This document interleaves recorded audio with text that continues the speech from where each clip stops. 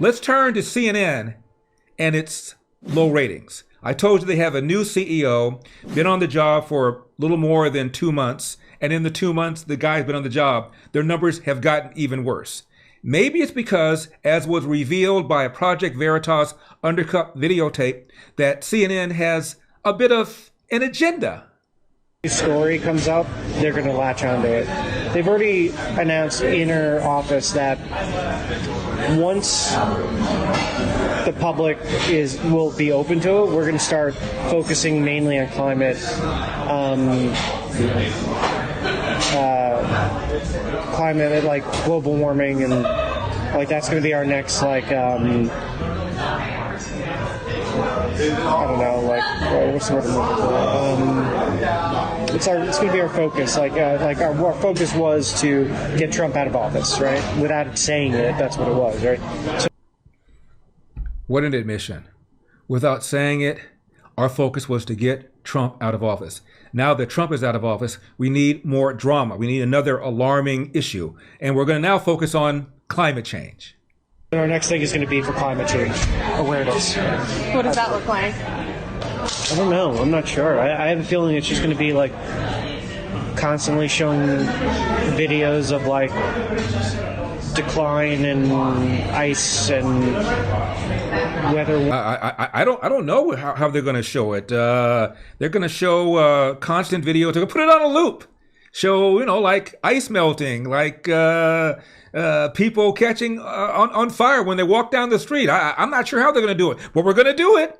Warming up and like the effects it's having on the economy and really talking. Who decides that? Head of the network, Who's that? Is that Zucker? Zucker, yeah. I imagine that he's got his council and they've all discussed where they think. So that's the next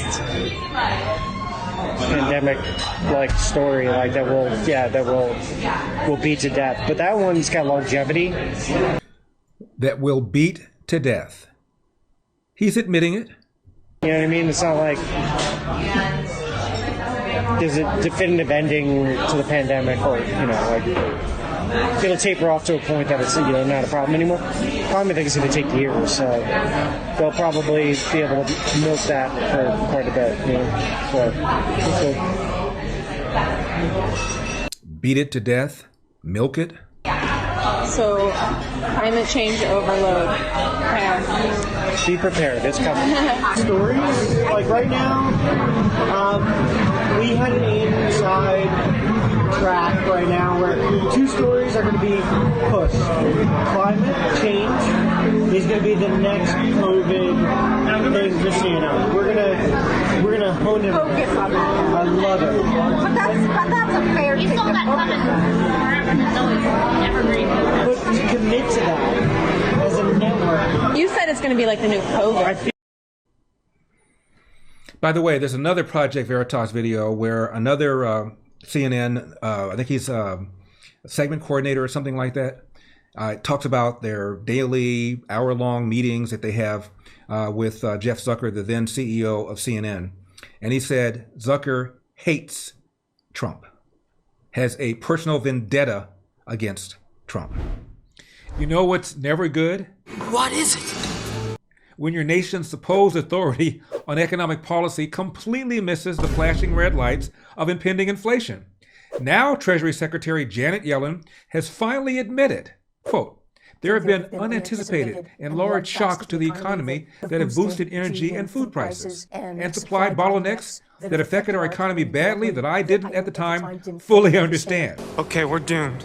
Oh. Well, you know who understood the real threat of inflation? People who invested in gold and silver with Birch Gold Group. They're protecting their savings from a hugely turbulent economy by diversifying their 401k or IRA into gold, physical gold. And it's not too late for you to take action now. So visit LarryForGold.com and get a free info kit on diversifying and protecting your savings with precious metals. With an A+ rating with the Better Business Bureau, countless 5-star reviews, and thousands of satisfied customers, visit LarryForGold.com and get real help from Birch Gold today. Again, LarryForGold.com to claim your free, no-obligation info kit on protecting your savings with gold.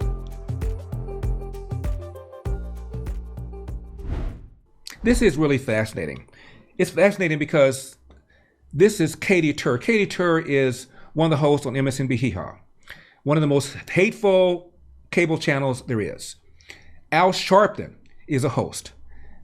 Joy Reid is a host. We'll get back to that in just a second. But apparently Katy Tur has had some, misgivings about what she does for a living. Watch this. It's something that I don't have a concrete answer to, and that's not because I don't love journalism. I do. It's just a convergence of two issues. One of them being that we cover very dark stuff in succession, and it seems like it's getting darker and darker, and it can be hard on your mental health. Even just today, we're reporting on the assassination of a world leader.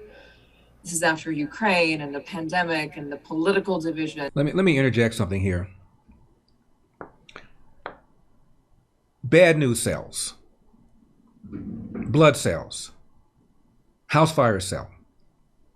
The media is always covered, as she put it, dark stuff.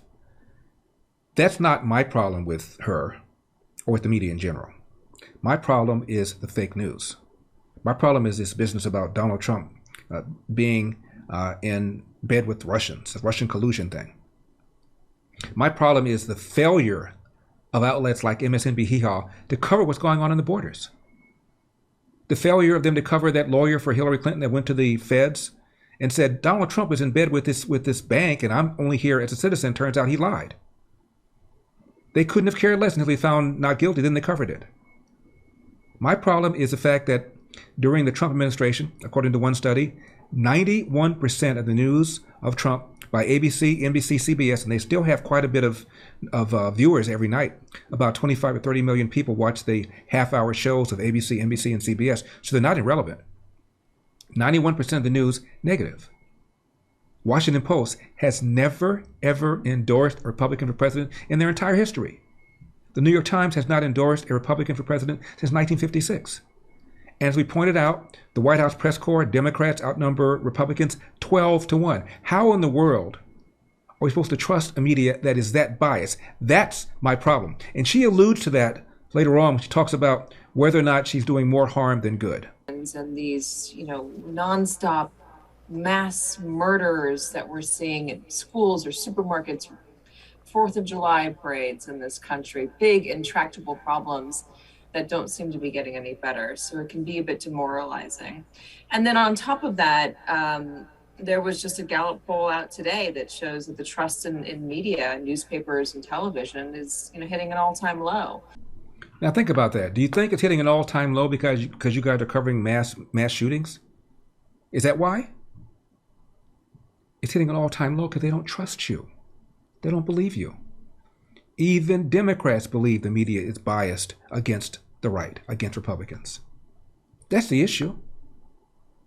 She's implying it's because everything is so dark. That's why people watch the news. Years ago, there was a TV station, I believe it was Orlando, Florida, and they decided they were only going to have positive, upbeat news.